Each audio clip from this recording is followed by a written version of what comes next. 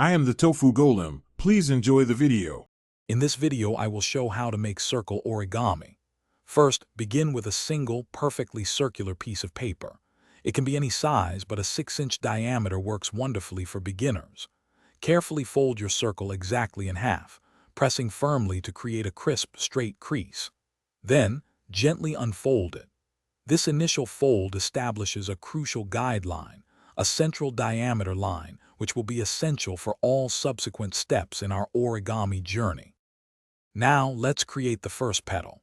Take one point on the outer edge of your circle and bring it inward, aligning it perfectly with the central crease you just made. Press down firmly. Repeat this step 2 more times, making 2 additional identical folds on either side of your first one. It is important that all 3 of these new folds converge neatly at the exact center point of your circle, forming a distinct 3-petal shape. With your first set of 3 petals complete, it is time to flip your paper over. You will now repeat the exact same 3-fold process on this new, untouched side. Carefully bring the outer edges inward, aligning them with the central crease, just as you did before. Ensure these new folds also meet precisely at the center.